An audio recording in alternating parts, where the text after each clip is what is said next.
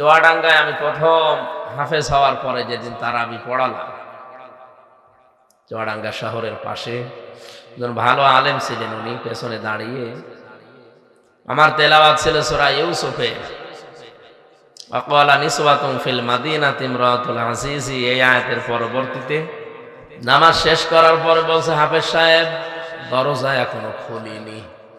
দরজা খুলিনি মানে ইউসুফ নবীকে জামা ধরে টান দেওয়ার পরে উনি যে দৌড় দিয়েছিলেন, দরজার কাছে যাওয়ার পরে দরজা খুলেছে না, উনি দৌড় দেওয়ার সঙ্গে সঙ্গে দরজা খুলে গেছে না। তাফসীরে খাসেন মুফাসসির লিখেছেন, উনি যখন জুলাইখা টান দিয়েছে পেছন দিক থেকে, আল্লাহ পাক ফেরেশতা জিবরাইলকে সামনে এনে একটা চিঠি ধরেছিলেন।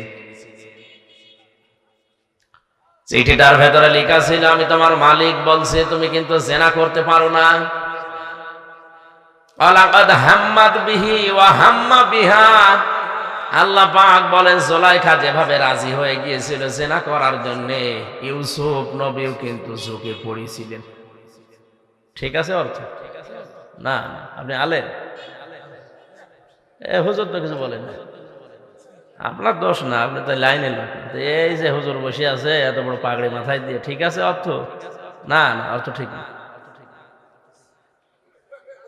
ওয়ালাকাদ হাম্মাত বিহি ওয়া হাম্মা বিহা, বাংলা অর্থ কিন্তু এইটাই দাঁড়ায়, জুলাইখা যেমন সব কাপড় চোপড় খুলে রাজি হয়েছে জিনা করার জন্য, ইউসুফ নবীও কিন্তু রাজি ছিলেন, কারণ মানুষের ভেতরে একটা চাহিদা আছে, উনি তো মানুষ না ফেরেশতা। এই হিসাবে বাংলা অর্থ যদি করি আমার ঈমান থাকবে, নবীর উপর একটা তহমত চলে যাচ্ছে। আল্লাহ পাক পরের শব্দে জানিয়েছেন, লাউলা আর বুরহানা রব্বি, যদি তার রব তাকে কিছু বুরহান দলিল প্রমাণ না দেখাতেন। তাফসীরে অনেকগুলো নাম এসেছে, তার ভেতরে একটাই আল্লাহ পাক ফেরেশতা জিবরাইলকে একটা চিঠি দিয়ে সামনে দাঁড় করিয়েছিলেন। ফেরেশতা এসে বলে, দেখো এদিকে তাকাও, তোমারও মন ওদিকে ঝুঁকে গেছে, কারণ যেমন তেমন মহিলা না, কিসের পরিমণি আর কিসের ঐশ্বরিয়া, এটা বিশ্ব সুন্দরী ছিল ওই সময়। আমি হাদিসে পড়েছি, তামাম দুনিয়ায় 4 জন মহিলাকে আল্লাহ সব চাইতে বেশি সৌন্দর্য দান করেছিলেন, তার ভেতরে জুলাইখা 3 নম্বরে। সব চাইতে বেশি সুন্দরী ছিলেন পৃথিবীতে আমাদের আদি মাতা হযরতে হাওয়া আলাইহিস সালাম, 2 নম্বরে ইব্রাহিম নবীর দ্বিতীয় প্রথম স্ত্রী হযরতে সারা, 3 নম্বরে জুলাইখা, 4 নম্বরে আমাদের নবী মুহাম্মদ রাসূলুল্লাহর ছোট মেয়ে ফাতিমাতুজ জাহরা রাদিয়াল্লাহু তাআলা আনহা।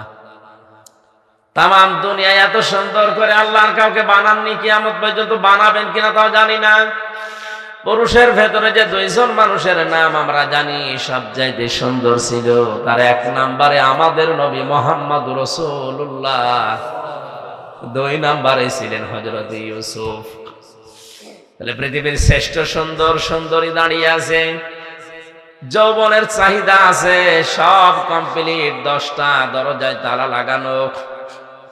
ইউসুফ নবী কিন্তু এই দৃশ্যটা দেখে সব কাপড় চোপড় খুলে যখন জুলাইখা দাঁড়িয়ে আছে তিনি ঝুঁকে পড়েছিলেন।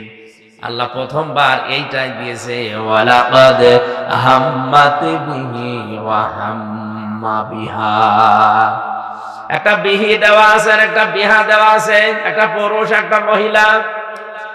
মানুষ হিসাবে 2 জনেরই চাহিদা ছিল, কিন্তু ইউসুফ নবীকে আল্লাহ দলিল দেখিয়েছেন, এই জন্য তিনি সব কিছু বাদ দিয়ে দৌড় দিলেন।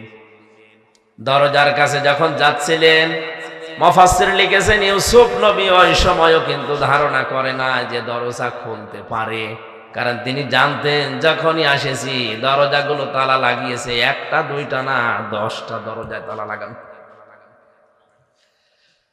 উনি আল্লাহর উপরে ভরসা করে গিয়েছেন, একেবারে দরজার কাছে এসে দেখে না দরজা খোলে না। আল্লাহ পাক এইটাই জানিয়েছেন, আল্লাযীনা জাহাদু ফিনা লানাহদিয়ান্নাহুম সুবুলানা, এখানে কিন্তু সাবিল দেয়নি, আল্লাহ সবুল দিয়েছেন।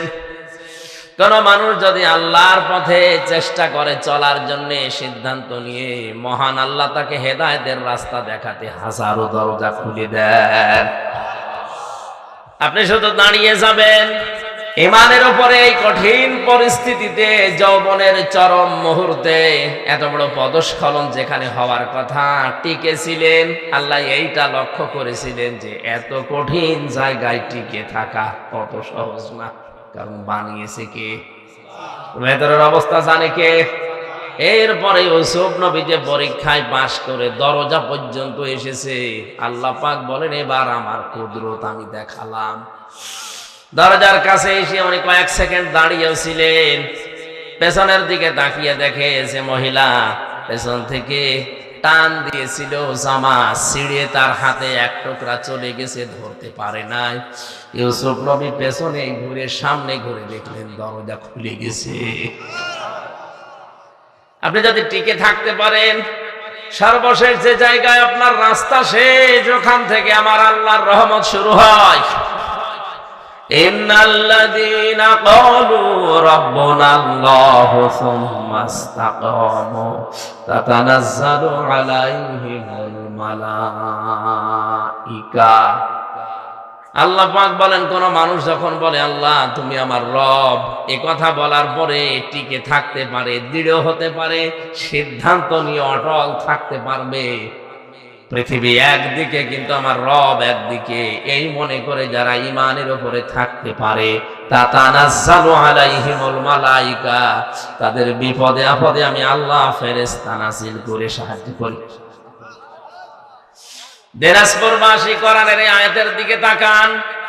তাতানাজ্জালু এটা মোজারে, বর্তমান ভবিষ্যৎ, প্রেজেন্ট ফিউচার। মালাকুন এক বচন, মালাইকা বহু বচন। আল্লাহ কেন এই শব্দগুলো আয়াতের ভেতরে দিলেন? কিয়ামত পর্যন্ত যারা সত্যি আল্লাহকে রব বলে কঠিন পরিস্থিতিতেও টিকে থাকতে পারবে, আপনি নিরপেক্ষ দৃষ্টিতে শোনেন। আল্লাহর কসম, এই কোরআনে কারীম আমার সামনে, আমি নিজে এই বাস্তবতা দেখে এসেছি। আল্লাহ যে ফেরেশতা নাযিল করে তাদেরকে সাহায্য করে, ফেরেশতা এসে কি বলে? আল্লাহ তাখাফু ওয়ালা তাহজানু, কোনো ভয় নেই, কোনো চিন্তা নেই। কিসের ভয়, কিসের চিন্তা? হয়তো ওই লোকটা ওই সময় মারা যাওয়ার মুহূর্তে চিন্তা করতে পারে, আল্লাহ যে কঠিন জায়গায় আমি আছি, কঠিন পরিস্থিতিতে আছি, এ জায়গায় থাকা অবস্থায় যদি আমি মারা যাই, তাহলে আমার সন্তানের কি হবে, আমার স্ত্রীর কি হবে, আমার যে সম্পদের পাহাড় আছে, আমার বিভিন্ন ব্যবসা প্রতিষ্ঠান আছে, এগুলোর কি হবে, কে দেখবে? আল্লাহ পাক যেন কানে কানে ফেরেশতাদেরকে দিয়ে বলাই, বল তোর কোনো চিন্তা নেই, তুই চলে যা, তোর ওগুলো আল্লাহ দেখবে।